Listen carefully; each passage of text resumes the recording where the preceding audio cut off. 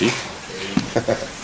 Alors, bonsoir, mesdames et messieurs. Nous sommes très heureux de vous recevoir ici au Centre tchèque pour Xème Palabre que nous avons lancé il y a 15 ans. Il y a 15 ans, donc vous voyez, c'est pas tout neuf comme affaire, et ça marche très bien. Alors, je passe la parole au maître des cérémonies, professeur Xavier Garnier. Merci à Michael. Et je vous signale aussi qu'après, il y a un petit verre de bière tchèque. Super. Merci beaucoup, merci d'être venu à cette 40e séance des palabres centre-européennes. Effectivement, ça fait 15 ans qu'on fait ça, tous les 2 mois. Je rappelle le principe, on vous présente des ouvrages qui sont parus récemment en français pour vous les faire connaître, mais ce principe implique un grand éclectisme. Et vous allez le voir, on va passer allègrement de l'histoire à la littérature, en finissant par une sorte d'essai qui revient à l'histoire. Et je pense que c'est un peu l'enjeu aussi de ces séances, de montrer qu'à travers des publications très diverses par leur genre, leur champ disciplinaire et les pays dont on parle, qui sont tous de l'Europe centrale, quelque chose passe de commun. Je remercie bien sûr les fidèles organisatrices de ces palabres, pour l'organisation Aurélie Rouget-Garma, pour la coordination, c'est marqué sur les feuilles, Margot Jatin, Smorin-Goldberg, et donc je vous invite à cette traversée. On aura un grand écart historique dans cette séance. On va commencer par l'ouvrage d'histoire qui parle de la période de la fin de la Seconde Guerre mondiale. Et puis, vous voyez ça sur le programme, on va passer de domaine en domaine et on va faire un saut en arrière pour nous retrouver à la fin du 19e siècle, Yenoufa de Gabriela Plaisova, qui a été la pièce qui a donné le livret de l'opéra de Janáček, bien connu. L'opéra a été présenté la première fois en 1904 et finalement à Prague en 1915. Les textes de Kostolany, auteur hongrois, sont des textes de jeunesse écrits entre 1906 et 1917-18. Et le roman, l'ouvrage de Maja Haderlap, donc écrivaine austro-slovène, est paru en allemand il y a 5 ans. Donc voilà, le cadre historique. Je vais passer la parole successivement à nos contributeurs. Je vous présente Jean-Yves Potel, que les amateurs des palabres connaissent bien, qui est historien, qui enseigne à Paris 8, qui est l'auteur d'essais nombreux sur l'Europe centrale, et qui va présenter l'ouvrage de Catherine Gousseff, Échanger les peuples, le déplacement des minorités aux confins polono-soviétiques, 1944-1947. Catherine Gousseff, que nous connaissons bien, qui est notre collègue, avec laquelle on a travaillé depuis des années, qu'on a vu travailler sur les fonds d'archives. Je me souviens du moment il y a une quinzaine d'années, justement, où elle travaillait sur le processus de passeportisation des citoyens de cette zone intermédiaire entre la Pologne et l'Ukraine. Et donc c'est quelque chose de tout à fait, c'est une somme, une synthèse d'une très longue période de travail qu'elle présente dans ce livre. Merci Xavier, je vais essayer de vous donner envie de lire ce livre qui est un livre dont le titre est un peu spécialisé, Échanger les peuples, les déplacements des minorités aux confins polono-soviétiques entre 1944 et 1947. Mais peut-être que je commencerai en racontant un souvenir, parce que bon, il faut faire un peu l'ancien combattant. Et en 1980, j'étais en Pologne, au moment de Solidarność, Et j'avais beaucoup d'amis avec qui je travaillais, qui étaient dans Solidarność et autres. Et un de mes grands amis était un Ukrainien polono-canadien, et qui venait en Pologne et qui parlait très bien le polonais, très bien l'ukrainien, et avec qui j'ai fait piquet-pan. On a beaucoup été partout, on était partout. Et à Pâques 81, on est allé à Przemyśl.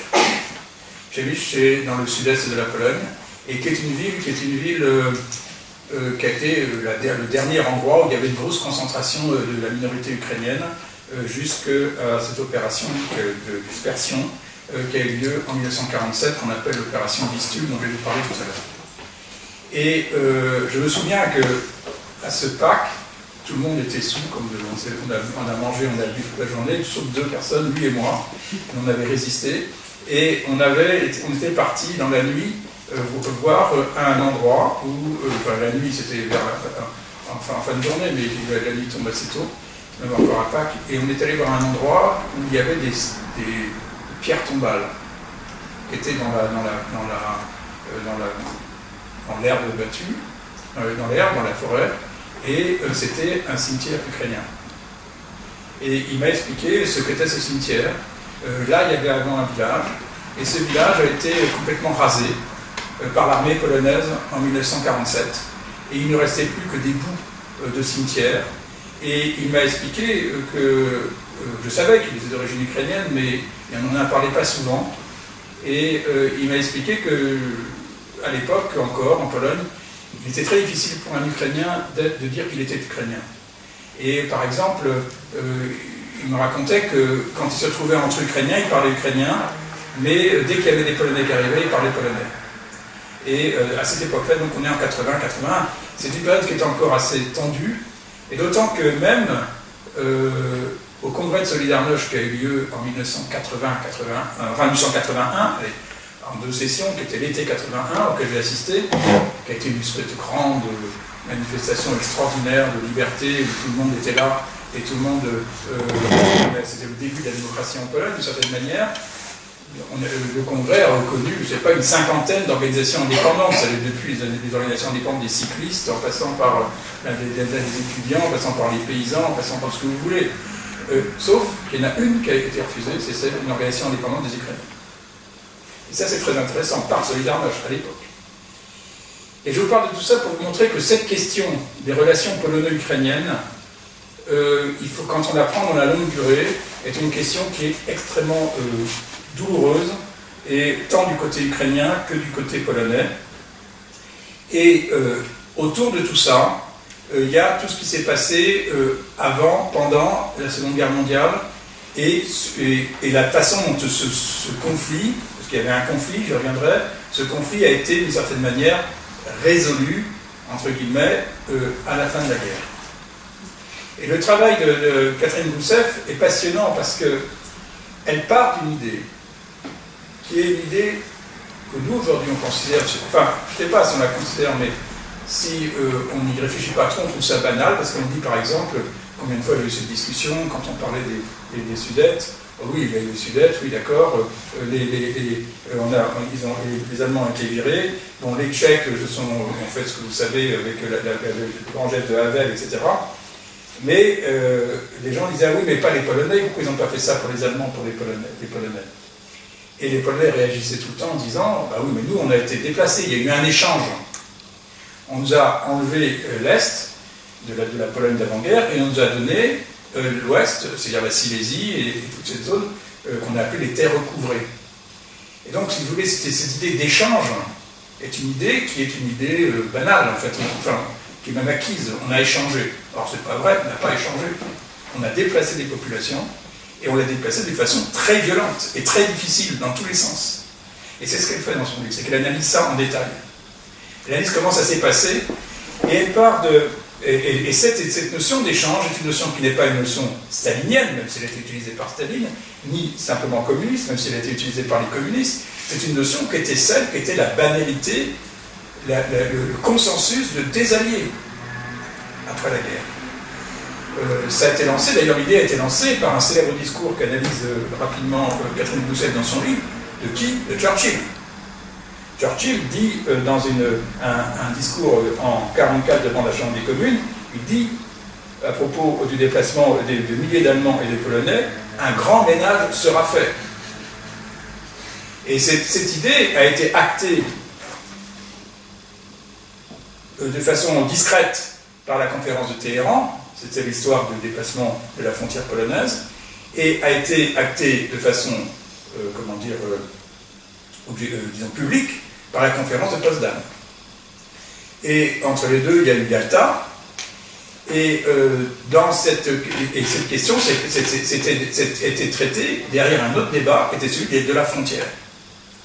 Or, en fait, ce à quoi on assiste dans la période qui va de 1944 à 1947, c'est, pour reprendre une expression de Catherine, on va créer une frontière en déplaçant les peuples. Et cette idée qui aujourd'hui apparaît comme absurde, comme criminelle, on a parlé en Yougoslavie quand ça commençait à être fait, dès qu'aujourd'hui quelqu'un propose de déplacer des peuples pour faire tout le monde considère que c'est presque du génocide, eh bien cette idée était l'idée centrale de la façon dont on voyait les choses dans les années 40 et dès les années 30.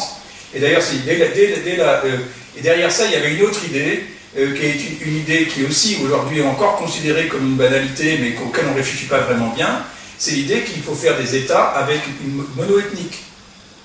Et elle dit que l'existence de groupes halogènes dans les corps des nations était l'une des grandes causes de l'esprit guerrier qui soufflait en Europe, et d'où la nécessaire éradication des minorités au sein des États-nations. Ça, c'était la vulgate des années 30 et 40 jusqu'aux années 50 dans les relations internationales. Et c'est ça qu'elle analyse, elle montre comment ça s'est passé vraiment à travers le cas de cette frontière. Alors, son livre est un travail d'historien, l'historienne a dit Xavier, et c'est très important parce qu'il a aussi une qualité qui est rare dans les livres d'histoire, même encore aujourd'hui. C'est-à-dire qu'il y a un vrai travail d'archives. Donc elle a travaillé sur les archives soviétiques. Bon, elle possède parfaitement le russe et le polonais, donc ça aide. Donc sur les archives soviétiques, elle a pu avoir accès à toutes les archives, notamment du NKVD et de toutes les du front de l'Est, du front ukrainien qui était dirigé par un homme qui a laissé dans l'histoire une image comme s'il était un partisan de l'ouverture, du dégel, c'était Nikita Khrouchtchev, et qui était à l'époque le bras droit de Staline, et qui était vraiment un stalinien pur et dur, et qui faisait d'ailleurs, c'est lui qui dirigeait toute cette opération. Et de l'autre côté, elle a eu accès également aux archives polonaises. Les archives polonaises qui aussi n'avaient jamais été dépouillées sur cette question. Il y avait des travaux d'historiens polonais qui ont été faits, qu'elle connaît bien, mais c'était souvent des travaux partiels. Elle a croisé ces deux sources principales avec des documents, des témoignages et des mémoires.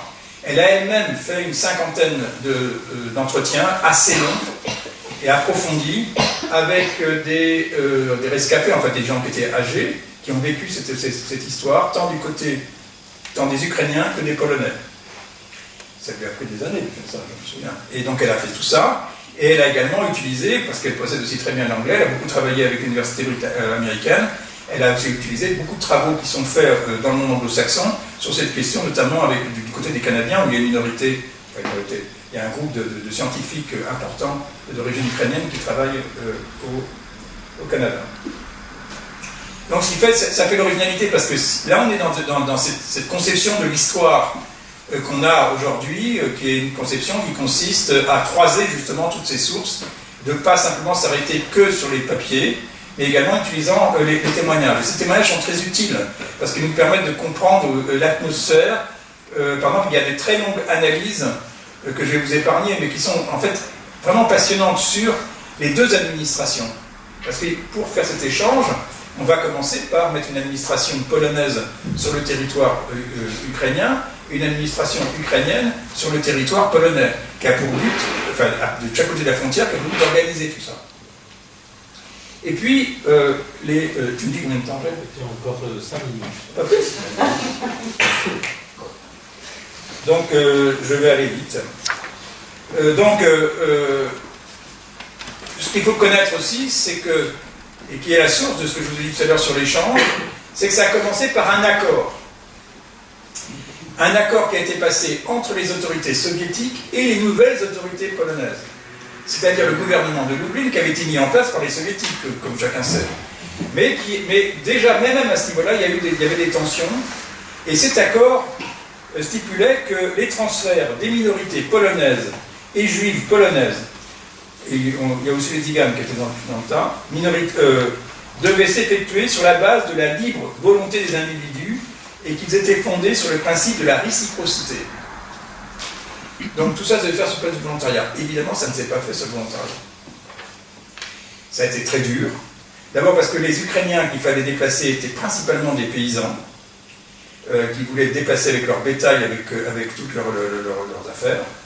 Et les Polonais qui étaient déplacés étaient en grande partie, pas exclusivement, mais étaient en grande partie des urbains.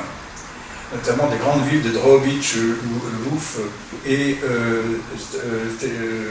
lequel c'est, mais bon. Il y avait Lwów, c'était tous ces villes. Hein?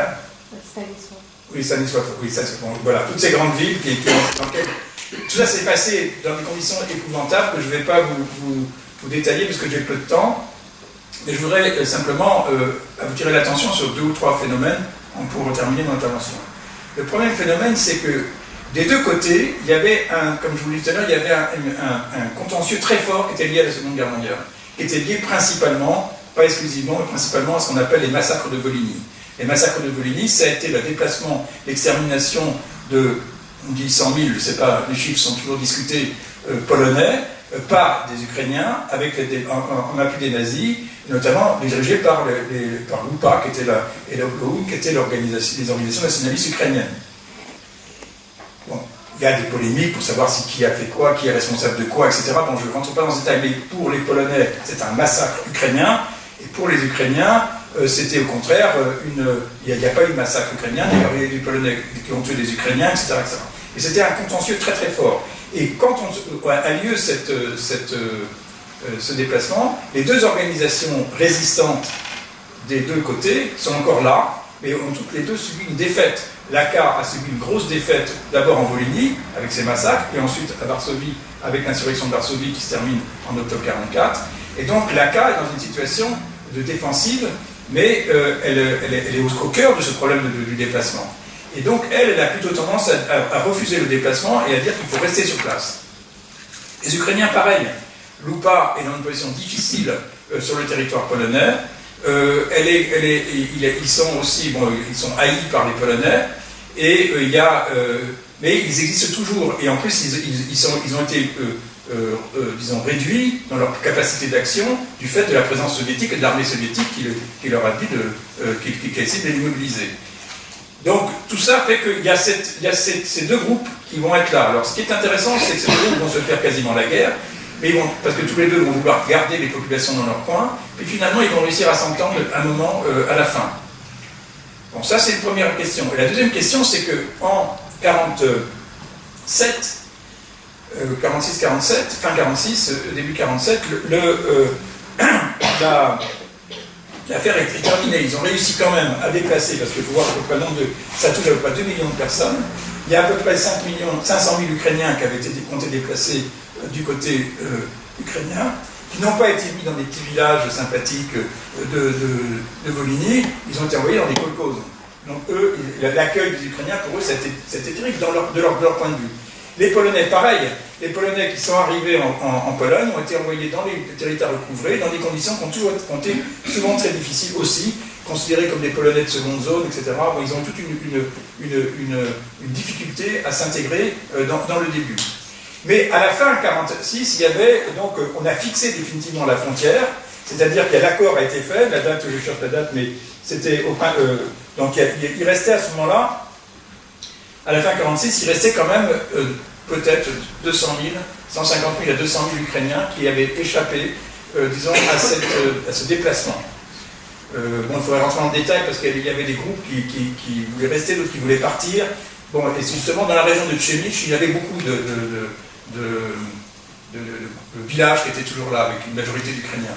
Et l'attitude qui était celle des autorités polonaises à ce moment-là, ça a été une grande opération qui est restée très fameuse, l'opération Vistule, l'opération Wisła, l'accès à Wisła, qui est une opération qui a consisté à disperser sur le territoire polonais les Ukrainiens qui étaient toujours là. Ça, c'est le terme officiel, enfin quasiment officiel. La réalité, ça a été de brûler et de détruire les villages ukrainiens qui restaient, de mettre les types dans les familles dans des wagons à bestiaux, et de les dispatcher un peu partout, essentiellement en Silésie, un peu du côté de la Baltique, et un peu, très peu resté autour de Varsovie, etc. Mais elle donne une carte de toutes ces présences. La carte, aujourd'hui, on la trouve très facilement, parce qu'il suffit de prendre la carte des églises orthodoxes ou uniates qui existent en Pologne, qui sont quand même assez nombreuses, et qui représentent cette minorité. Donc cette minorité a été dispersée, et a été non seulement dispersée, mais sauvée de s'assimiler. Ça s'est passé de façon extrêmement violente. Pour la petite histoire qu'elle ne cite pas, mais que je connais parce que j'ai travaillé une autre fois sur cette question, un des jeunes officiers qui a fait pas ses classes, mais qui a joué un rôle important dans cette action dans une région, c'est le futur général Jaruzelski, qui a participé à cette opération. Mais passons, donc en fait, le bilan de cette opération, c'est un déplacement de population très violent. Et ce qu'elle fait, avec beaucoup de drames humains, certains ont écrit des livres, il y a des romans d'ailleurs intéressants dans la littérature polonaise qui sont assez intéressants. Moi, je me souviens d'un roman, j'ai oublié le nom de l'auteur, mais Margosha le connaît certainement, ça commençait par une famille qui part de l'Ukraine.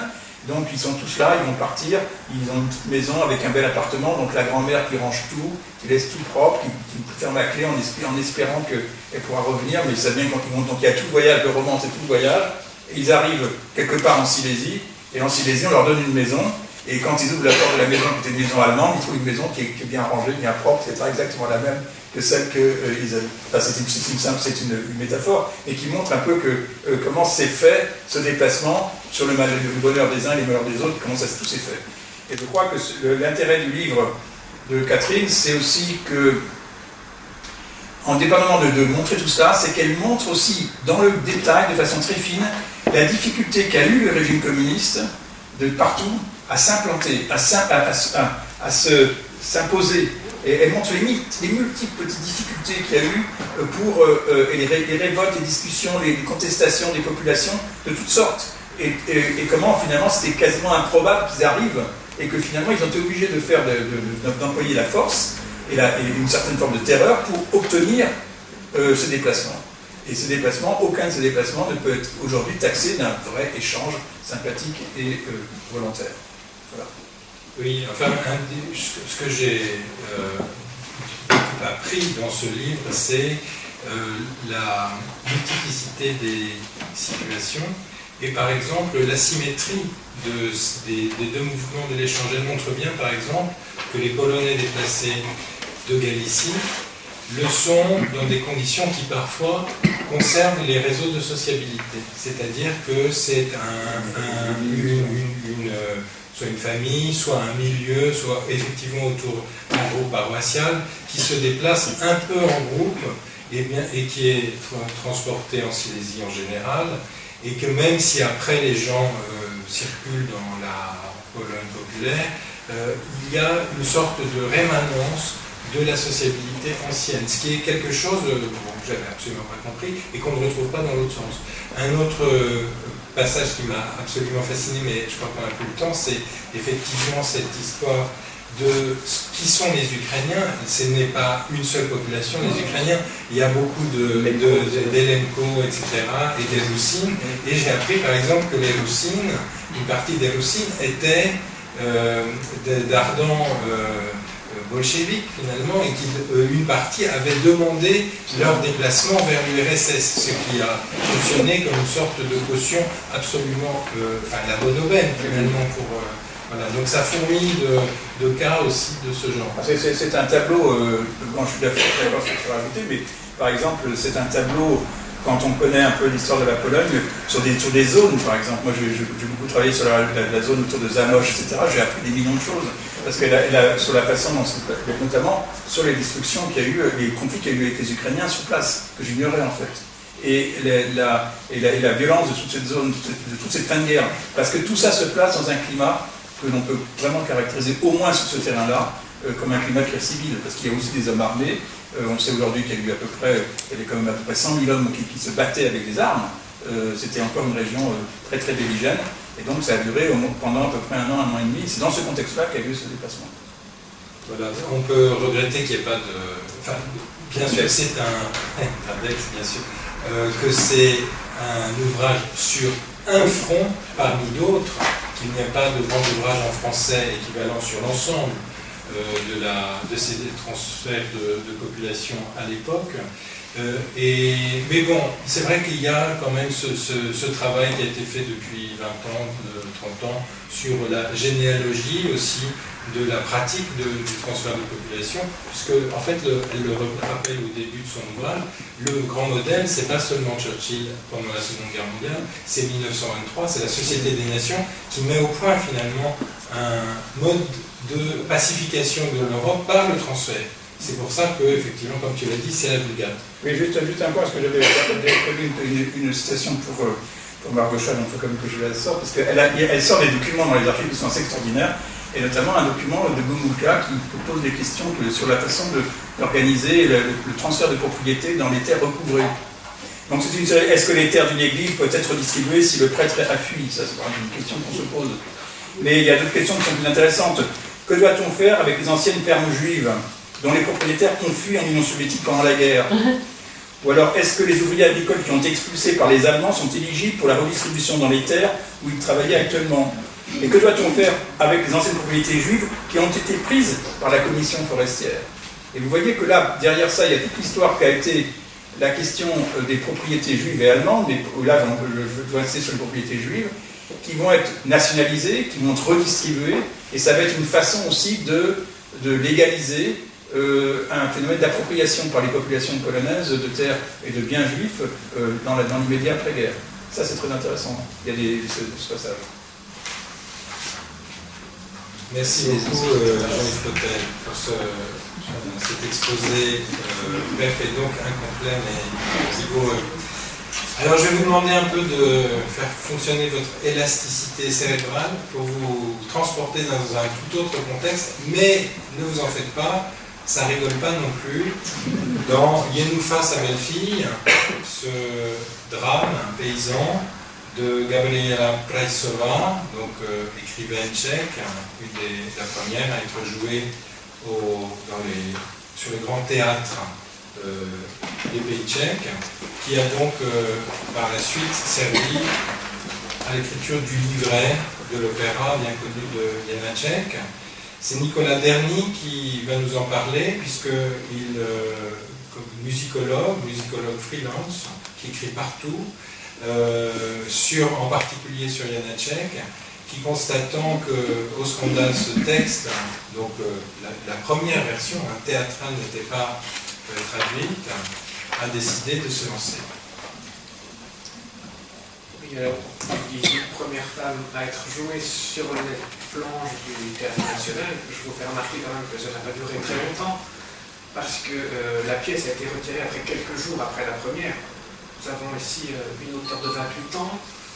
C'est sa deuxième pièce, mais avant ça, elle était plutôt coutumière avec une petite nouvelle pastorale, disons, dont quelques bluettes qui peuvent avoir leur charme, mais qui n'ont pas la puissance dramatique, évidemment, de ce texte. Et une fois que la critique bourgeoise de Prague découvre ça sur la scène du théâtre, alors qu'elle a cette idée de la vie campagnarde idyllique, comme elle l'a dit dans ce genre de nouvelle, elle trouve ici des paysans, c'est une histoire d'infanticide, on y revient, elle trouve ici des paysans qu'elle trouve complètement amoraux, qu'elle trouve une brutalité sans nom. Elle dit c'est absolument invraisemblable que ça se passe comme ça dans la campagne orale, et c'est tout à fait impossible. Or, c'est pas impossible du tout parce que Prajsova s'inspire non seulement de faits réels qu'elle dit elle-même avoir enjolivé, c'est-à-dire un peu l'horreur de ce qui a dû arriver. Et surtout, cette Moravie, elle la connaît bien pour l'avoir vécue de l'intérieur, si je puis dire, même si elle n'est pas originaire de Moravie, elle est née dans un milieu populaire de Bohême. Elle ne connaît pas son père qui est boucher, mais qui meurt l'année de sa naissance. Sa mère aussi, issue d'un milieu très populaire, mais va faire un bon second mariage. Et donc, cette petite Gabriella, elle va être un peu brinque-ballée pendant son enfance. Elle va d'abord commencer à côtoyer les salons intellectuels de Prague, où on l'a initie notamment à la littérature et aussi au féminisme, ce qui n'est pas toujours une mauvaise chose. Elle va donc commencer à écrire très très jeune, à 12 ans, elle commence à écrire ou à scribouiller, si vous voulez, sa première pièce de théâtre destinée à être jouée dans le cercle intime. Elle va se retrouver au fur et à mesure de sa jeunesse dans un tout à fait différent. Elle va être placée chez un oncle dans la Moravie du Sud. Là, elle découvre vraiment les conditions difficiles et pauvres des gens qui vivent là, même si son oncle les compromettre à la sucrerie locale. Donc, je suppose que ça va un peu mieux pour lui, mais vraiment, elle va découvrir ce monde. Et plus tard, elle va retourner dans cette petite localité pour épouser un ingénieur de la raffinerie de sucre, toujours. Et elle va là se passionner pour ces populations. Elle va faire œuvre d'ethnographe. Elle va faire des petites excursions pour notamment explorer la campagne, mais aussi noter quelques chansons moraves ou quelques poèmes folkloriques. Elle va rencontrer un des grands folkloristes de l'époque, qui est František Bartoš, qui a notamment intéressé Janáček de manière tout à fait parallèle à la musique morave folklorique. Et elle va aussi commencer à s'intéresser à cette musique, mais surtout à cette langue, qu'elle va essayer de traduire ici dans cette pièce. Et je peux vous promettre que j'ai dû utiliser pour traduire ça un des dictionnaires de dialectes, notamment écrit par Bartoš, parce qu'elle parle cette langue comme moi. Si je voulais écrire une pièce qui se passe dans le sud de la France, j'avais évidemment mélangé des expressions toulousaines et marseillaises qui vont faire bondir les gens locaux, mais pour le belge que je suis, qui parle français plutôt bien, je ne m'en rendrai pas compte. Elle, je crois que c'est la même chose. Elle a un peu mélangé les dialectes et on retrouve des mots qui viennent de différentes régions. Mais l'idée là, c'est vraiment de faire œuvre nationaliste, parce qu'aussi cette langue tchèque que les nationalistes tchèques essayent de se réapproprier depuis plusieurs décennies, notamment en publiant dans leur langue plutôt qu'en allemand, puisqu'on est en instruction grecque, donc il faut publié en allemand normalement, mais l'imprimerie fait que on publie des textes tchèques depuis assez longtemps maintenant, mais dans un tchèque littéraire. Elle montre vraiment que le tchèque qui a été conservé dans la campagne, pas dans la ville, parce que dans la ville, les bourgeois ils sont éduqués directement en allemand. Le tchèque véritable se trouve dans les couches populaires. Ici, elle essaie vraiment aussi, il y a une démarche presque célinienne dans cette écriture. Il y a une recherche très très forte pour faire passer cette langue populaire véritable. Alors c'est d'une violence inouïe quand on lit ça, parce que c'est une pièce qui se joue, qui s'écoute, mais aussi qui se lit parce qu'il y a une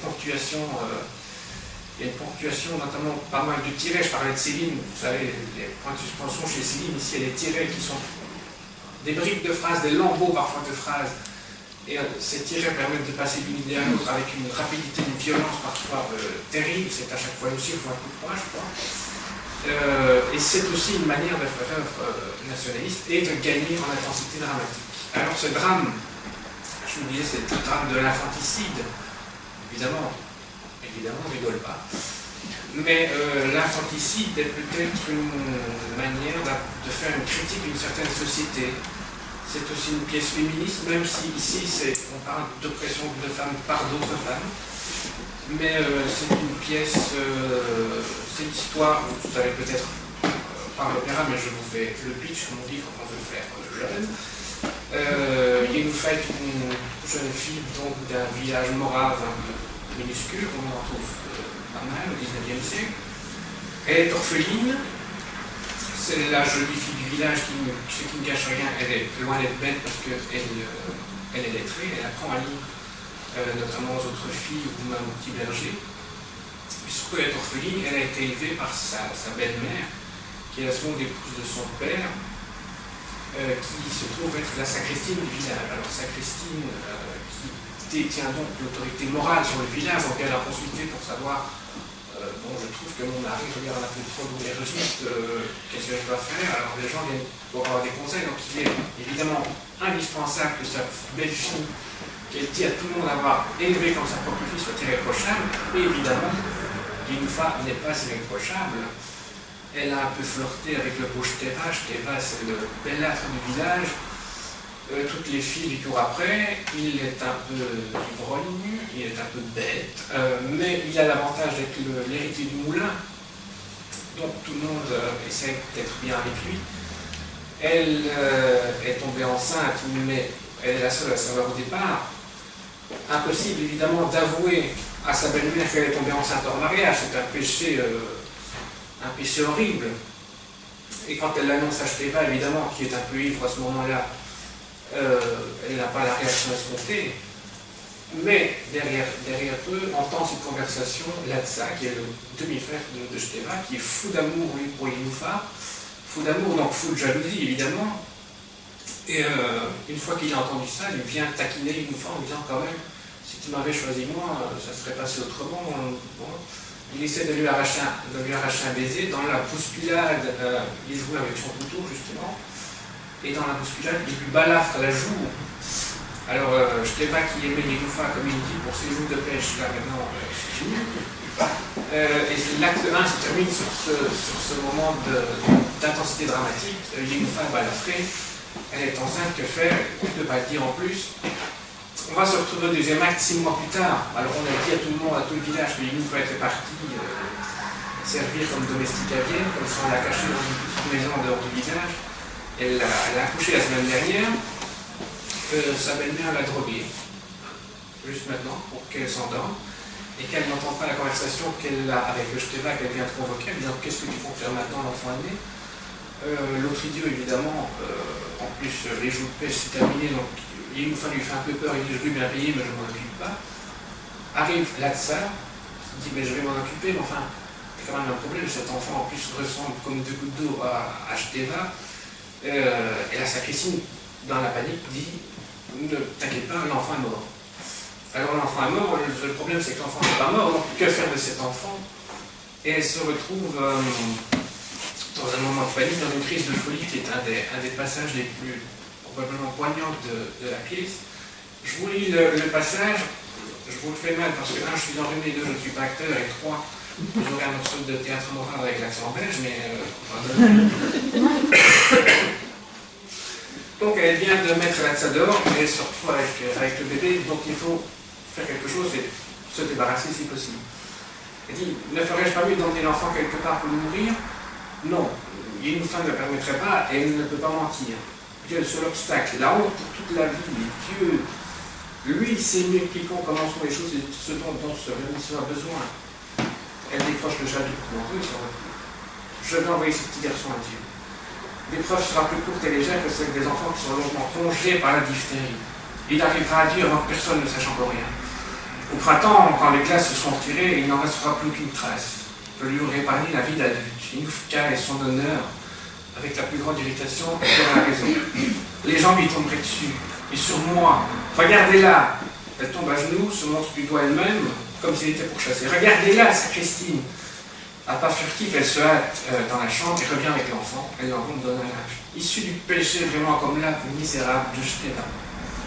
Et là, donc, elle referme la porte, elle emmène l'enfant et elle va, comme elle le dit, elle va le noyer dans le lac. Elle pense que pour l'instant c'est gelé, quand le lac sera dégelé, il n'en restera rien.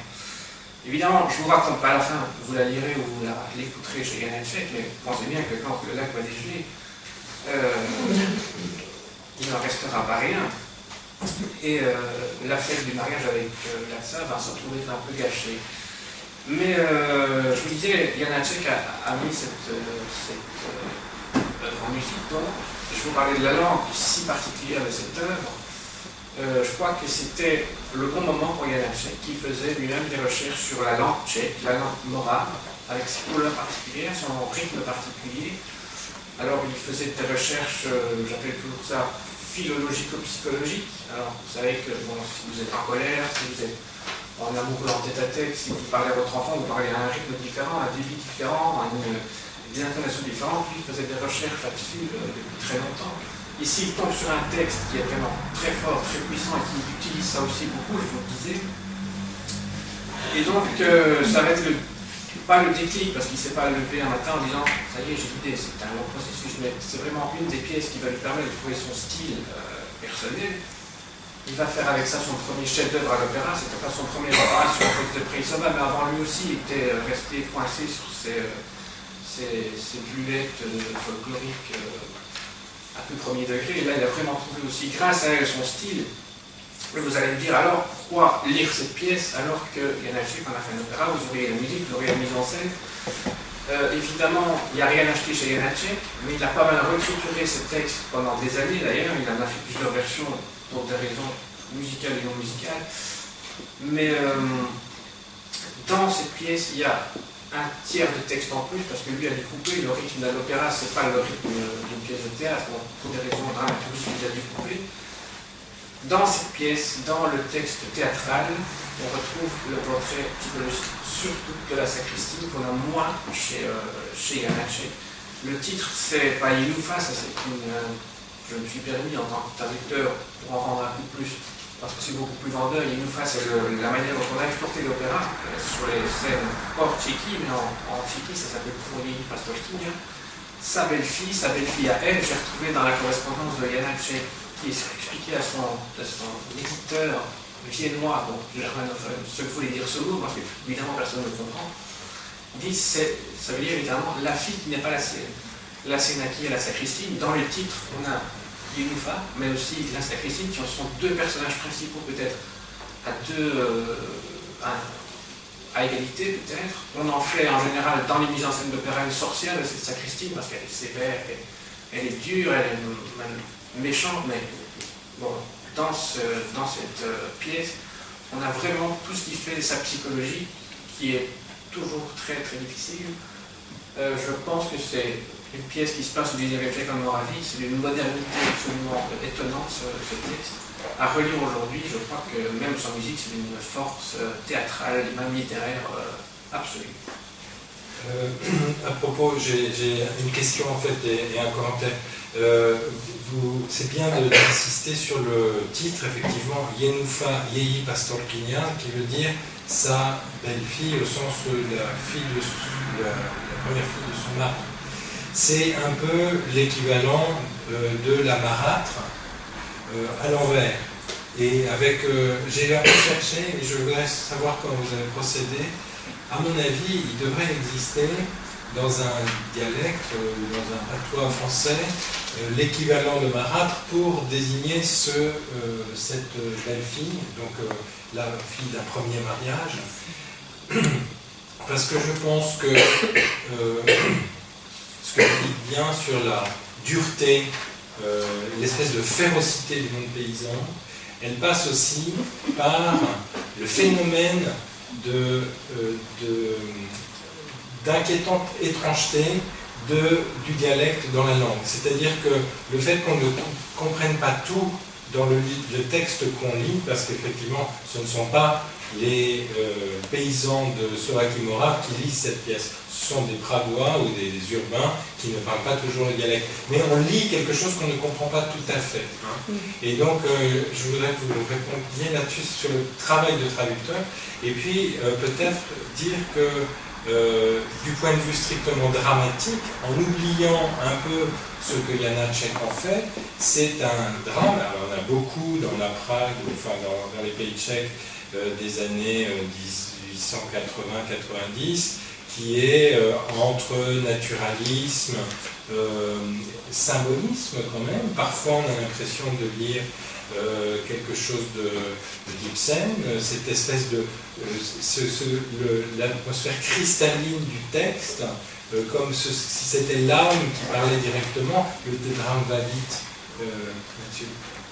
D'abord, sur la question de la traduction, je vous disais que ça donnait des cheveux blancs aux traducteurs, pas seulement à cause des mots, mais comment rendre ces mots en français. Quand Max Brod a dû traduire la pièce, l'opéra en allemand, pour la scène de Vienne, on lui a dit écoute, fais quelque chose dans un dialecte tyrolien.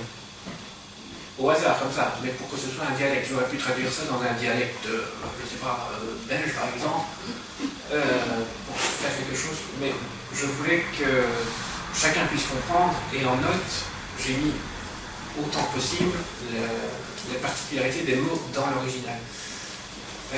Évidemment, on ne peut pas tout rendre, parce qu'il y a des différences de déclinaison, que sais-je.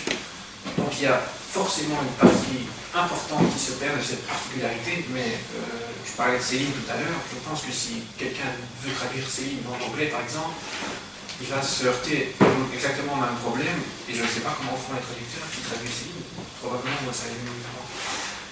Sur la deuxième question, je pense que moi, j'ai un peu de mal à mettre ça en parallèle avec quoi que ce soit d'autre. La critique qui émanait de ce qu'on appelle les vieux tchèques de l'époque, donc les conservateurs, disons, elle a taxé de réalisme brutal. Et c'était une insulte, je crois, et pour moi, c'est peut-être la meilleure des compliments. Ce qui sort de ça, c'est la brutalité horrible, et effectivement sans filtre et sans phare. C'est pour ça aussi, mais je n'est pas tombé dessus par hasard. La manière dont il compose aussi, c'est censé venir directement. C'est pas le cas du tout, parce qu'on sait comment il compose, comment il travaille, comment il retravaille. Mais l'impression que vous avez, c'est que ça jaillit comme ça directement.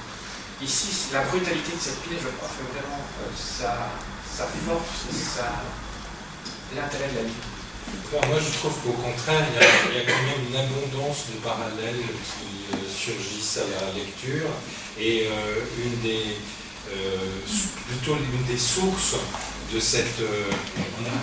on a un plaisir incroyable à voir ces caractères extrêmement trempés. Là, c'est Christine à la fois très, très sévère dans sa morale et très méchante, comme vous avez dit. Ça vient aussi du fond des ballades populaires, tout simplement, qui présentent des archétypes. Il y a une fois l'archétype de la belle fille trompée, et la sacristine est l'archétype de la marâtre. Donc il y a aussi ce travail...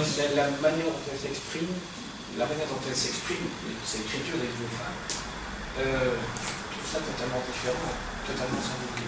De la même manière que la musique de Ganache est singulière, même si on réutilise pas mal de choses déjà entendues. C'est vrai, même historiquement, on va s'arrêter là, mais il y a quelque chose de... Qu'est-ce qu'on fait du substrat archaïque dans un langage qui est déjà moderne, et c'est de tout l'intérêt.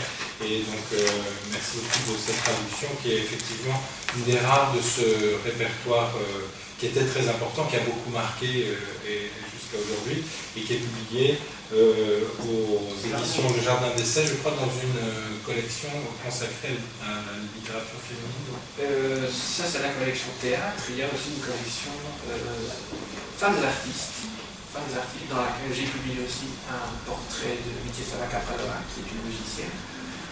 Et il y a une collection bilingue dont la directrice de collection est là dans la salle.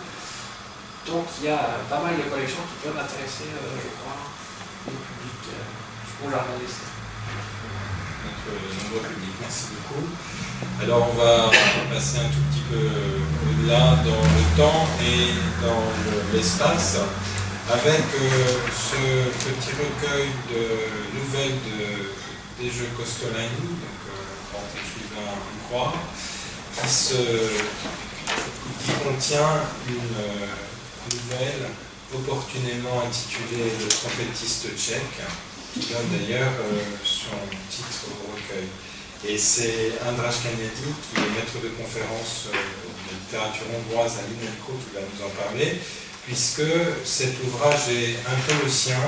En fait, c'est celui de ses étudiants qu'il a fait travailler à la baguette, et qu'il a réussi à réunir les travaux dans ce volume. András. Merci. Puisqu'on a parlé d'anniversaire, je crois que ça fait 20 ans que je connais Xavier, il a toujours cet humour. Et en effet, donc, j'étais très dur avec mes étudiants pour les faire travailler à la baguette, mais je me suis inspiré des ancêtres à l'INELCO, de Jean-Luc Moreau, qui, il y a bientôt 30 ans, a publié pour la première fois des nouvelles de Kosztolányi. C'était, je crois, le lancement de cet écrivain hongrois, aujourd'hui connu en France, moi je l'espère. Et c'est, je crois, aussi la suite d'une belle tradition liée à notre institution qui est l'école des langues, Langso, maintenant, l'école des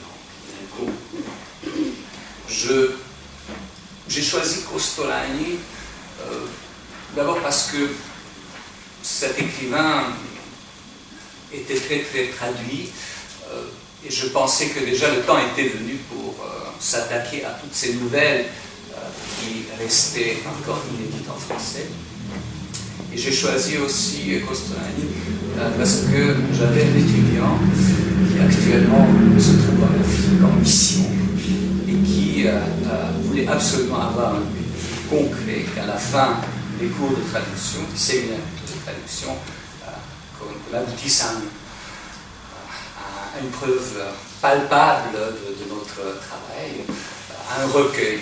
Et alors je me suis dit que peut-être avec ces nouvelles, vous pouvez en effet montrer quelque chose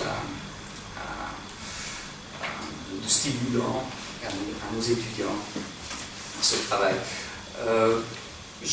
Ces nouvelles, donc Kostolányi qui est un auteur très très particulier quand même, puisqu'il est à la fois poète et romancier, et qui, à ses débuts, a écrit beaucoup de nouvelles, jusqu'en 1920. Mais après, il a arrêté de cultiver ce genre, et il s'est consacré surtout au roman et à la poésie. Donc ce sont des nouvelles qu'il a écrites un peu dans sa toute première jeunesse, et avec en concurrence en quelque sorte avec son cousin Géza Csát. Et on ressent dans ces textes aussi beaucoup de thèmes communs à ces deux auteurs. Géza Csát étant aussi un auteur moderniste et bien traduit en français, assez connu. Mais le titre de ce recueil doit ses origines à l'existence du premier recueil de Kostolányi, qui s'intitule Le contrôleur bulgare. Et donc, quand j'ai présenté ces nouvelles à Frédéric Kambourakis, m'a dit que, de toute évidence, pour être dans le même sillage, il faudrait choisir le trompettiste tchèque. Pourquoi le trompettiste tchèque chez Kostolányi, chez un auteur hongrois? Eh bien, il s'agit d'une tradition culturelle de l'Empire austro-hongrois, des musiciens tchèques de Bohême qui étaient réputés surtout pour leur talent de souffleurs. C'était des cuivres excellents et qui étaient un peu qui se sont dispersés sur le territoire de l'Ancien Empire et qui parfois sont arrivés même dans des petites villes de province comme celle où Kostolányi a vu le jour, dans la Voïvodine, dans la Serbie actuelle. Et donc il a croisé dans cette ville certainement le modèle de sa nouvelle. Et Géza Csát, à son tour, a écrit sur les musiciens tchèques en Hongrie une nouvelle extrêmement poignante intitulée Les musiciens, qui peut être aussi lue en français déjà depuis de nombreuses années. Pour ceux qui ne connaissent quand même pas Kostolányi, je dois dire qu'il y a chez lui toujours une amalgame très très intéressante entre le tragique et le comique. Donc ces nouvelles sont à la fois tendres, émouvantes et cocasses, loufoques par leur portée. Et on peut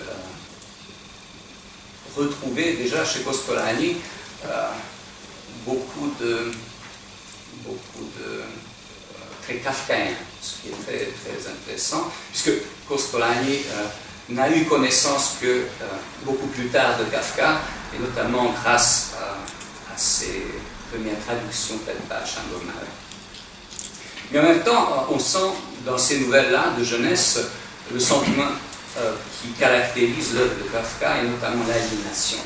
Donc ces gens ne sont pas à leur place.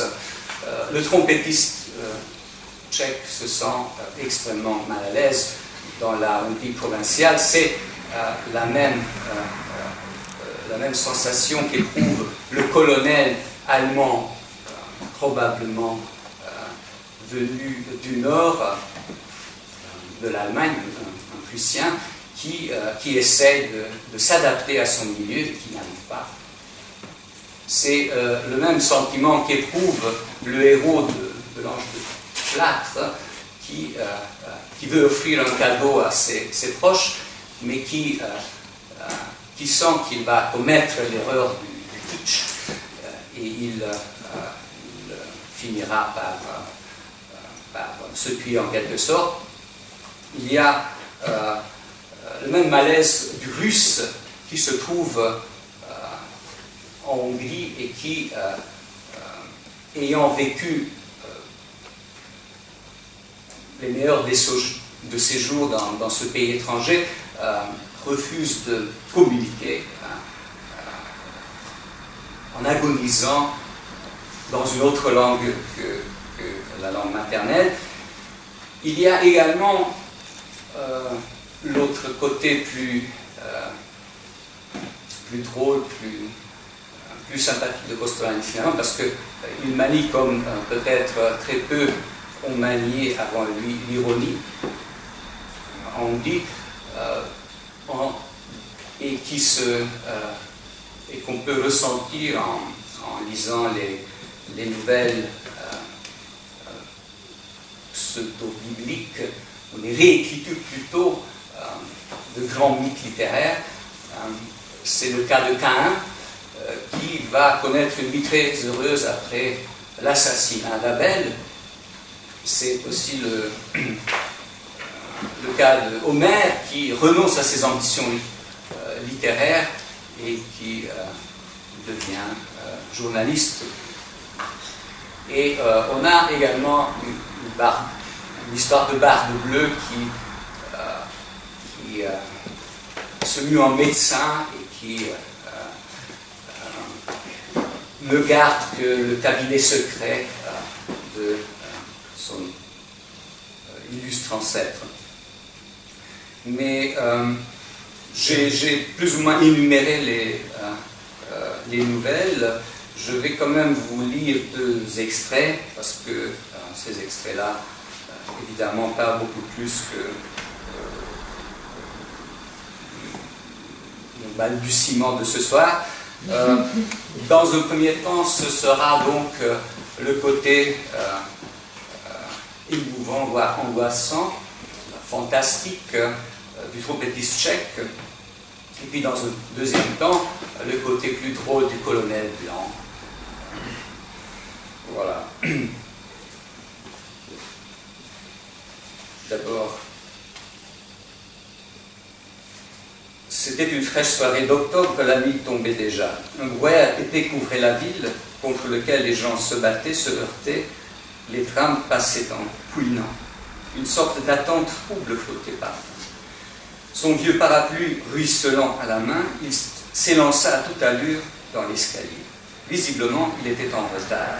Il était triste et fatigué, il n'en pouvait plus, il n'avait plus envie d'y aller, mais maintenant qu'il était là devant la porte, ce n'était plus la peine de faire demi-tour.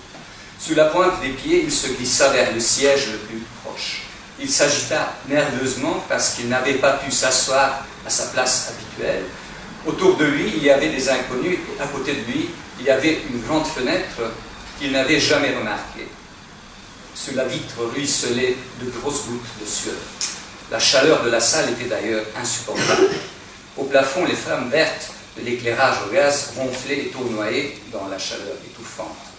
Depuis le coin, les miroirs le fixaient. Au-dessus de lui tourbillonnait la musique qui, ensommeillée, alanguie, semblait sur le point de s'endormir, de s'évanouir d'une minute à l'autre. La musique et la chaleur bourdonnaient de concert. Il fit des efforts mais ne réussit pas à se concentrer. Il fronça les sourcils et examina le public. À côté de lui était assis un monsieur grisonnant, soigneusement coiffé, visiblement à peine sorti de chez le barbier. Derrière lui, une jeune pimbèche captivée se penchait tellement en avant qu'on pouvait craindre qu'elle tombât de son siège. Sur la rangée devant lui, plein de jeunes gens ébouriffés, un jeune journaliste obèse qui écoutait l'ouverture d'un air important. Et là, sur un strapontin tout contre la fenêtre, il eut mal à la tête et le souffle coupé. Quelle sottise, se dit-il. Puis de nouveau, il regarda dans cette direction. Chez lui, au-dessus de son lit, pendait le masque funéraire qui avait été roulé après sa mort. Il se souvenait exactement de la date de sa mort et calcula rapidement combien d'années s'étaient écoulées depuis. Il vit devant lui la copie de sa dernière partition, ses portraits pâles et le tableau le montrant couché sur le catafalque. Il pensa que c'était absurde et pendant un moment, il ne regarda pas dans cette direction et s'efforça de sourire. Mais plus il restait assis, détourné, plus il sentait que l'inconnu attirait son attention, traversant son plastron, perçant son corps, et, bon gré mal gré, il fut obligé de se retourner. C'est impossible, impossible. Il s'essuya le front, la tête lui faisait mal, sa vue se troublait, nul doute il délirait. Enfin, il se redressa brusquement, et d'un mouvement décidé, il se tourna vers lui, comme s'il voulait se prouver qu'il n'avait pas peur. Mais l'inconnu était toujours assis là, comme auparavant. Il s'adossa à son siège et reposa sa grosse et lourde tête sur la main droite, de sorte qu'il put très nettement distinguer la moitié du visage. Quelques minutes passèrent. Soudain, l'inconnu se retourna tranquillement, lentement, et le regarda. « C'est moi qui me regarde. » Le trompettiste blêmit. Il pensa que ces derniers temps, il lui arrivait souvent des choses qu'il ne savait pas expliquer, et cet après-midi, il avait bu plus que de raison. Sa bouche, cependant, resta béante de terreur. Beethoven. C'était lui, le vieux sourd, presque tel qu'il l'avait vu sur les portraits, tel qu'il se l'imaginait. Il était venu ici, dans cette même salle que lui, il s'était mélangé aux autres qui ne l'avaient pas remarqué. Et puis, voilà, c'est une rencontre avec Beethoven, je ne dis pas l'issue. Et le deuxième, c'est le colonel Blanc, donc c'est le début de la nouvelle, de ce personnage qui échoue dans la Hongrie provinciale et qui essaie d'imposer sa loi. Le colonel Hurt habitait dans une petite ville de province hongroise. Personne ne connaissait son prénom, peut-être pas même lui. Dans sa jeunesse, il avait abandonné son prénom et sur sa carte de visite avait fait figurer colonel Hurt. Depuis ce temps-là, tout le monde l'appelait simplement colonel Hurt. Au moins cela avait-il de l'allure, était-ce militaire. 10 ans auparavant, il avait pris sa retraite. Désormais, il arpentait les rues de la petite ville en tenue civile, l'été vêtu de toile de lin et l'hiver de bottes au bout desquelles cliquetaient des éperons de hussard. Il avait les cheveux blancs, la moustache blanche, les sourcils blancs. Et épousant sa moustache, d'épais sourcils broussailleux, tellement fournis qu'un homme glabre les aurait volontiers pris comme moustache. Toute sa tête était recouverte d'une blancheur de givre. Lorsqu'en hiver, il s'arrêtait sur la place du marché, enneigé, qu'en plissant les yeux, il scrutait le terrain d'un point de vue militaire, on aurait pu croire que c'était un bonhomme de neige qui se dressait là, auquel les enfants avaient sculpté des cheveux, une moustache et des sourcils de neige, et à qui ils avaient, par plaisanterie, mis dans la main une fine canne jaune à l'espagnol. Quelle vie le colonel Hurt menait-il ici? Il se levait tôt le matin et, de 6 à 8 heures, été comme hiver, il s'exerçait au lit. Ensuite, il enfilait sa robe de chambre, tenait ses cisailles de jardinier, taillait les arbres, débarrassait les rosiers de leurs chenilles et aspergeait les sombres violettes de son jardin. Après cela, d'un pas ferme, il sortait se promener en ville. Il avait 5 chiens jaunes et tabac. Ceux-ci étaient parfaitement dressés. Le colonel était leur maître absolu. Au moindre geste, il dressait l'oreille, se mettait sur 2 pattes, s'accroupissait, se couchait à plat ventre. À la chasse, il les commandait à l'attaque comme une colonel à charge. L'après-midi, le colonel s'adonnait à la culture. Sa bibliothèque contenait tout le savoir de la stratégie. Il était réputé pour être cultivé. On disait qu'il parlait plusieurs langues. Sur son bureau trônaient plusieurs manuels de langue, non encore coupés. Le français en 1 heure, l'anglais en 1 heure, le japonais en 1 heure. Rien ne certifiait qu'il parlait parfaitement ces langues, même s'il affirmait les connaître tout pouvoir lors d'une guerre mondiale à venir, s'entretenir avec les espions japonais. Sur le mur de sa chambre, dans des cadres d'écorce de bois, il y avait des millions d'effigies. Au mur, des peintures à huile, des portraits du roi à l'âge de 5, 16, 30 et 40 ans, à cheval ou à pied, en uniforme de général couleur violet ou en costume de paysan tyrolien, un fusil de chasse dans les mains, près de 25 tableaux. Cette galerie constituait la collection la plus précieuse du colonel. Merci Andras. Plusieurs choses, enfin 2 choses. D'abord, sur cette histoire de Kafka, je pense qu'en fait, ces textes sont très représentatifs de nouvelles qu'on écrit en masse pour les journaux. C'est quand même le format journaux.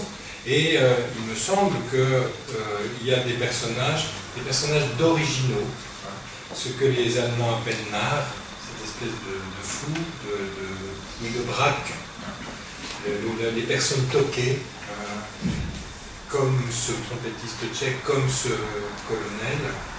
Et on pense à plein d'auteurs plutôt du 19e siècle qui annoncent effectivement par une sorte de pré-grotesque Kafka, mais la tradition est là depuis Stifter, par exemple.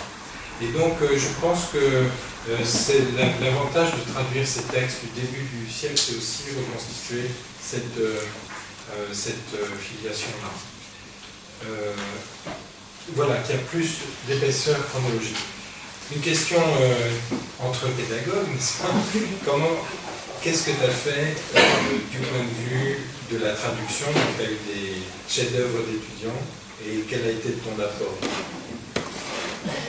Évidemment, moi, je n'ai fait que superviser un peu la traduction pour qu'il n'y ait pas de contresens, parce que la plupart des traductions que j'ai pu voir, qui étaient faites par des non-hungarophones, regorgeaient de contresens. Aujourd'hui, peut-être un peu moins, mais ça continue, cette belle tradition. Donc je me suis proposé qu'il n'y aurait pas de contresens. Bien évidemment, ça ne suffit pas. Et puis, moi je ne suis pas en train de juger, n'étant pas de langue maternelle française, de la très bonne qualité d'une traduction. Tout ce que je peux faire, c'est de voir avec l'étudiant, qui lui est de langue maternelle française, qu'il choisisse parmi une multitude de synonymes, de mots, et je peux plus ou moins indiquer que dans cette palette, il faut choisir tel ou tel synonyme. Et puis, c'est à chacun de se débrouiller. Après, dans ce travail collectif, il y a eu aussi plusieurs niveaux de langue. Donc j'ai des étudiants j'ai une étudiante qui est, on peut dire, bilingue, mais qui n'a traduit qu'une seule nouvelle. J'ai une étudiante ici présente qui n'est que de langue française, mais qui a un bon niveau de hongrois, mais qui n'a pas fait jusqu'à présent des traductions. Donc j'ai ce colonel dont j'ai parlé, qui a un niveau relativement faible de hongrois, mais qui a un très bon niveau de français. Donc cela a donné qu'ils se sont relus mutuellement, les gens. Donc là où il y avait des inégalités par rapport au style français, je crois que mon colonel a fait le gros du travail. Là où il y a eu souvent aussi des petites disputes pour le choix de tel ou tel terme. Et puis, à la fin, donc, j'ai relu le texte pour qu'il ne soit pas trop écarté de l'original. On les a soumis aux bonnes volontés de l'éditeur, qui à son tour a fait une relecture et qui a proposé bien évidemment d'autres versions. Voilà comment ça s'est fait, ce livre. Et je trouve que le résultat est honorable. Je remercie une fois mes étudiants. C'est le sport de l'atelier de traduction qu'on connaît par ailleurs, et donc ce volume est aux éditions Tambourakis, qui a une petite tradition du côté de la littérature hongroise. On va passer pour finir l'ouvrage de Maya Aderlap, donc écrivaine contemporaine qui a pour particularité d'être à la fois autrichienne, enfin écrit en allemand et en slovène, et qui vient de Carinthie, cette région d'Autriche marquée par la coexistence des Autrichiens et des Slovènes. Et c'est Bernard Banum, qui est professeur de littérature allemande à l'université Paris-Sorbonne, qui a traduit l'ouvrage, de même que la postface de Ute Weinmann, qui va nous en parler. Merci Xavier pour ta présentation. Merci pour cette invitation à présenter ce roman, qui est à la fois un roman sur l'histoire et aussi, je dirais, un poème, on va dire un poème historique. Alors en effet, d'abord par propos de l'auteur, dans la littérature allemande de nos jours, c'est une tendance croissante à de plus en plus d'écrivains qui ne sont pas de langue maternelle et qui choisissent l'allemand comme langue d'expression. Et à cela s'ajoute le fait que des auteurs qui ne sont pas originaires d'Allemagne mais qui ont l'allemand comme langue, comme par exemple Bertrand Bulan, ouvrent la littérature allemande à une sorte d'espace plus vaste, au point qu'on parle maintenant parfois de germanophonie, comme on parle de littérature anglophone, de littérature francophone, et c'est pour la littérature allemande, qui a quand même une tradition nationale assez forte, en tout cas le canon est présenté comme national, quelque chose d'assez intéressant. Et donc Maya Aderlap s'inscrit dans le cadre, dans la lignée de ces auteurs qui choisissent d'écrire dans une autre langue. Elle est une écrivaine, une autrice bilingue, et elle a une œuvre qui est d'une part une œuvre poétique, qu'elle écrit en partie en allemand et en partie en slovène, mais en plus grande partie en slovène, et également une œuvre essayiste, notamment sur la situation de la Slovénie. Elle a beaucoup pris part au mouvement intellectuel et culturel des années 90 et ensuite au moment de l'indépendance de la Slovénie. Mais elle est donc autrichienne. Elle est donc originaire de cette région du sud de l'Autriche, qui s'appelle donc la Carinthie, dont la capitale est Klagenfurt, une région donc limitrophe de la Slovénie actuelle, donc de l'ex-Yougoslavie, et limitrophe aussi d'une partie de l'Italie. C'est très proche de l'Italie, et par exemple, il y avait un train qui existait jusqu'à une date assez récente, qui allait à Venise. Et moi, quand je vais à Klagenfurt, je prends le train pour Venise, et ensuite je prends le car pour Klagenfurt. Voilà. Donc on peut y aller aussi par Vienne, mais c'est carrément autre chose. Et quand on arrive par l'Italie, on s'aperçoit qu'on est la diversité des paysages et des influences. Et cette région limitrophe de l'Autriche et aux frontières de l'Autriche, de la Carinthie, de la Slovénie et de l'Italie, est une région aussi très littéraire, je tiens à le dire, au sens où elle a donné naissance à quelques-uns des plus grands écrivains autrichiens.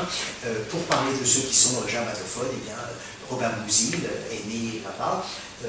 Il n'y a pas resté longtemps, mais il est né dans la maison qui est en face de la gare. Et quand on arrive à Klagenfurt, il y a la maison natale qui est maintenant le centre de littérature et les archives Robert Musil. Il y a aussi Peter Handke qui est né en Carinthie et pour lequel la région de Carinthie et la Slovénie jouent un rôle important. Et il y a aussi, bien sûr, Ingeborg Bachmann, la grande poétesse et autrice, qui est née à Klagenfurt, qui en est partie, qui a toujours fui Klagenfurt, mais malgré tout qui a toujours eu de forts tropismes et qui disait que dans son œuvre, une expérience première, c'était l'expérience des langues et l'expérience de la frontière. L'expérience de la frontière, bien sûr géographique, mais de la frontière comme limite et de dépassement des limites. Et il y a une grande présence de cette pluralité des langues qui peut-être donne aussi à ces auteurs justement un goût pour la langue, pour certaines sonorités, pour certains dialectes, pour des colorations. En tout cas, on sent très souvent cette pluralité, cette polyphonie. Ce roman donc, est le premier roman, pour le moment le seul de Maya Aderlap, qui en ce moment est, je crois, en train d'en écrire un second. Donc c'est c'est un auteur qui écrit lentement, qui ne s'est pas lancé à corps perdu, qui prend son temps, et ce livre est un travail justement de la mémoire, enfin une quête de la mémoire à la fois individuelle et collective, et il a fallu donc cette espèce de plongée en soi-même pour extirper cette mémoire. Le titre, c'est donc L'Ange de l'Oubli, dans la Marginal Spagacis, et c'est parce que dans la presse que le livre a eu, et il y a eu de très très beaux articles, notamment dans l'Institut des Anges, et il a été reconnu comme vraiment un livre assez exceptionnel. Tantôt les journalistes se disent ce titre est magnifique, et j'ai lu par ailleurs ce titre est d'une banalité confondante, il est kitsch, etc. Moi je ne me prononce pas là-dessus, en tout cas c'est le titre. Alors à quoi renvoie ce titre? Ce titre, c'est clair à la fin du livre, à la toute fin du livre, à l'avant-dernière page, où on a deux anges. Il y a d'autres anges dans le livre qui sont des anges gardiens, qui sont un peu plus... il y a l'imagerie populaire de l'ange gardien qui accompagne l'enfant, et populaire que les enfants lisent, mais l'ange est un ange double qui apparaît à l'extrême fin. C'est d'une part l'ange de l'histoire, tel que l'a présenté Walter Benjamin dans ses thèses sur l'histoire, inspiré d'un tableau de paroles clés que Benjamin possédait, et c'est l'ange qui regarde les décombres de l'histoire, qui regarde la catastrophe de l'histoire, qui est pris dans la tourmente, dont les ailes sont soulevées par la tourmente de l'histoire, et donc l'histoire ne mène pas, l'histoire ne progresse pas, l'histoire est une suite de catastrophes, notamment dans des régions habitées par la guerre. Et face à cela, il y a l'autre ange qui apparaît, je dirais, mais subitement à la fin, cet ange de l'oubli. Alors l'ange de l'oubli est en fait une allusion à une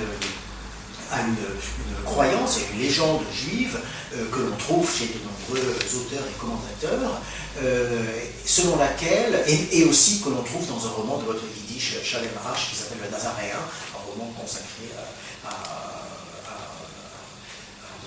Jésus-Christ.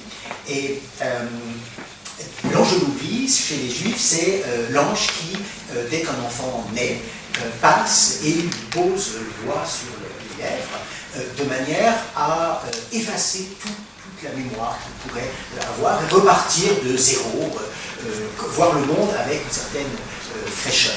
Mais la légende dit que parfois l'ange oublie lui-même, il oublie le passé. Et dans ce cas-là, eh bien, l'enfant est chargé de mémoire. Et à la fin du livre, la narratrice eh bien, dit que justement, sans doute, l'ange l'a oublié et qu'elle a donc ce devoir, qu'elle est habitée par toute cette histoire. Cette histoire, c'est l'histoire des Slovènes de Carinthie, qui est une population donc, qui, à la fin de la Première Guerre mondiale, a fait le choix, non pas d'être rattaché à l'Yougoslavie, mais d'être rattaché à l'Autriche par un référendum d'octobre 1920, qui a donc, de par là, donné fait confiance à l'Autriche. Confiance qui a été renouvelée après la Seconde Guerre mondiale, quand l'Autriche, dans ses traités, a dit qu'elle reconnaissait les minorités, et notamment les minorités linguistiques.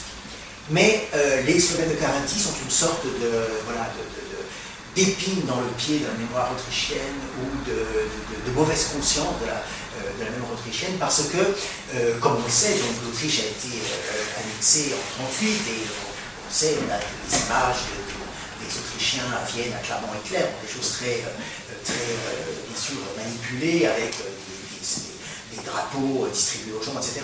Mais, malgré tout, la résistance autrichienne est extrêmement ponctuelle.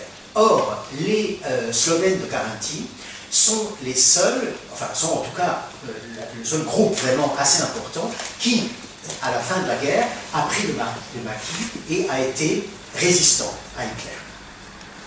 Et par là, donc, ils ont fui dans les forêts, des régions extrêmement rurales, ils se sont cachés et ils ont été souvent poursuivis par les nazis. Ils ont été, une partie d'entre eux, tués sur place, d'autres déportés.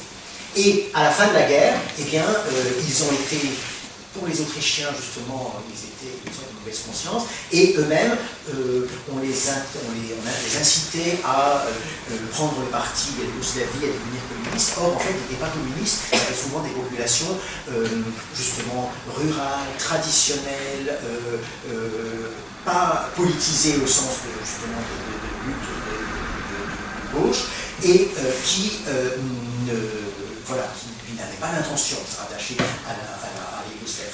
Et donc, en fait, cette mémoire est restée masquée, est restée sous une sorte de chape de silence, et c'est simplement, par exemple, pour parler de la diversité linguistique, il y a quelques années, simplement, qu'on a des panneaux toponymiques bilingues en Carinthie. C'est une lutte qui a duré des mois, des années, cette lutte sur les panneaux toponymiques. J'ai encore 2 minutes, je lis peut-être. Oui.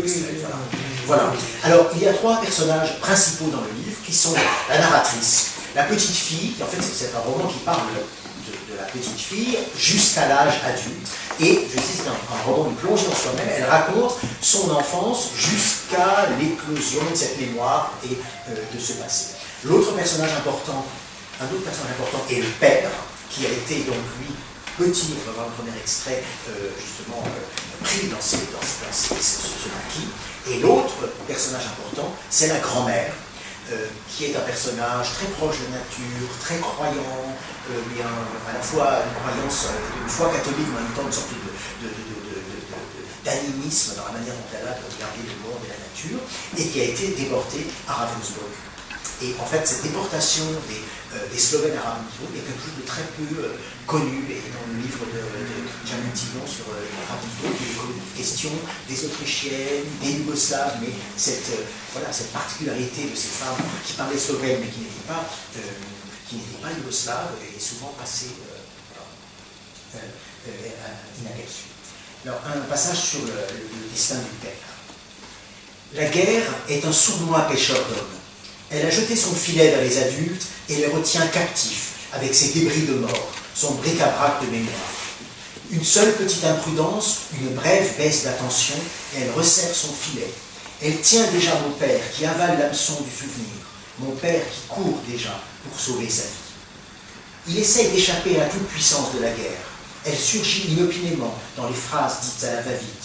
Tapie dans l'obscurité, elle attaque. Elle fait trembler ceux qu'elle a pris dans son filet et se dissimule pendant des mois, préparant un nouvel assaut sitôt qu'elle se fera oublier. S'il lui arrive d'être affaibli, on l'invite même chez soi. On est tout sourire pour ses armures, en croyant ainsi gagner ses faveurs. On met le couvert pour elle. On lui prépare un lit.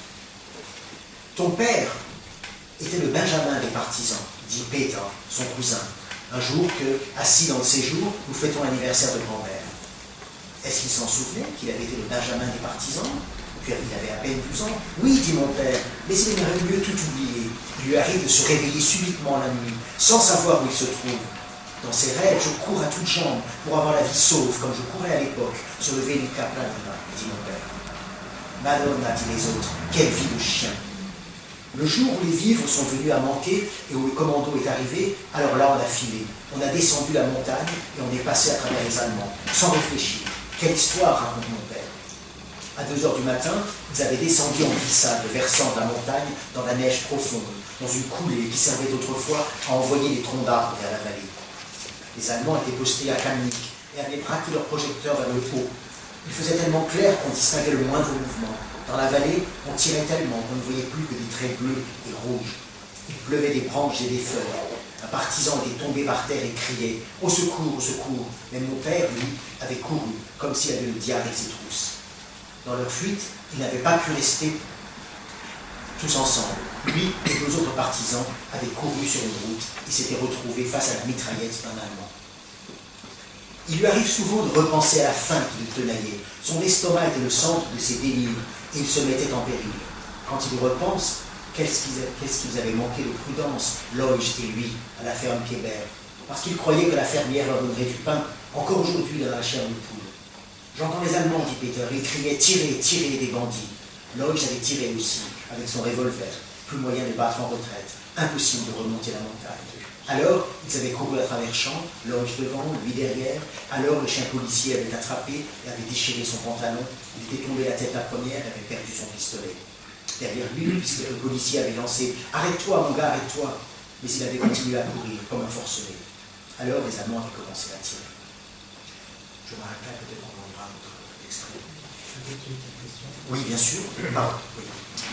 Oui, en fait, c'est un très beau livre peut-être faut dire, il n'y a pas de chapitres, ce sont des petites unités textuelles qui passent comme ça, un peu comme un flux de conscience, de mémoire, des flashs. Et là, le vrai désaccord que j'ai, même avec le quatrième de couverture et avec ce que tu viens de dire, c'est de dire que c'est un roman. Je ne vois absolument rien de romanesque là-dedans. Il y a plein de gens qui se succèdent. On peut dire que c'est une chronique familiale, on peut dire que ce sont des mémoires, parce qu'il n'y a franchement pas de différence entre l'auteur et la narratrice, il semble. C'est une sorte aussi de psychanalyse politique familiale. Et puis, à la fin du livre, il y a aussi des paliers stylistiques. Et la fin du livre m'a paru incroyable parce que l'écriture féministe, enfin féminine en tout cas, un peu connue, je dois dire, d'intellectuel. Il y a aussi un propos intellectuel, tu l'as dit, comment on pense le rapport à l'État, le rapport à l'Autriche, le rapport à la Yougoslavie, qui est en train de se défaire, de se refaire. Et à un moment donné, à la fin, il y a un grand passage lyrique. Et donc, il y a une sorte de mue stylistique de l'écriture en poésie. Alors, bon, je crois qu'on n'a plus vraiment le temps d'en lire, mais peut-être sur cette maturation stylistique. Tout à fait. Alors, la question du roman, si je parle de roman, c'est parce que le livre en allemand aussi s'appelle un roman. Je suis tout d'accord que sur le plan de la forme, enfin la forme du roman est une forme très vaste, et là, donc elle a choisi, c'est peut-être l'éditeur d'ailleurs qui a choisi, parce que c'est un roman, ça se vend un peu mieux. Alors, en effet, il y a vraiment une maturation linguistique, ce qui est assez intéressant justement, parce que c'est pas vraiment un livre autographique, mais il y a quand même un pacte bibliographique implicite, c'est qu'on a donc une écriture c'est chronologique, c'est-à-dire que ça commence à la petite fille, qui a peut-être 4-5 ans, et ça se termine à la femme adulte, qui a donc pratiquement, qui a l'âge de la narratrice, et quand elle écrit donc à la quarantaine bien passée, aux 45, presque 50 ans, et qui va donc notamment sur les lieux, qui va à Ravensbrück voir le camp où a été sa grand-mère, dont elle a retrouvé un petit livret, des lettres, etc., des passages très, très, très beaux de la grand-mère écrivant l'allemand avec ça, tel qu'elle l'entend, parce qu'elle est slovénophone, donc elle écrit un peu l'allemand, mais elle fait des fautes dans l'orthographe des villes, etc. Bon, c'est une écriture acoustique. Et ce qui est très intéressant sur le plan du style, c'est que c'est certes la narratrice qui écrit toujours, mais on a l'impression qu'elle grandit au fur et à mesure. Le style devient de moins en moins, il y a quelques naïvetés au début peut-être, il y a justement c'est la nature, au début ça commence comme un roman rural, et de plus en plus il y a cette langue des autres, cette plongée en soi-même. Tu as parlé de psychanalyse, en effet il y a beaucoup d'éléments où on a ce personnage qui plonge en lui-même, qui essaye aussi de dire comment le corps est une mémoire. Il y a des images extrêmement curieuses de ce qui se passe dans la tête, de ce qui se passe dans le corps, des éléments qui reviennent par bribes, et donc ça se compose peu à peu. Il y a un très beau passage où elle dit en fait que, c'est une mémoire personnelle mais aussi une mémoire collective, elle se fait porte-voix justement à la fois des hommes partisans qui ont une vie brisée, le père a des accès d'angoisse, il est poursuivi par ses visions de jeunesse, et en fait il y a un très beau passage où elle dit que en fait ce sont des... Alors je n'ai pas le passage, je vais regarder, mais ce n'est pas des pseudo-narrateurs, mais ce sont des parties de narrateurs. En fait, ils n'arrivent pas à narrer. Et on a ces bribes et on a un livre qui peu à peu arrive à devenir une histoire.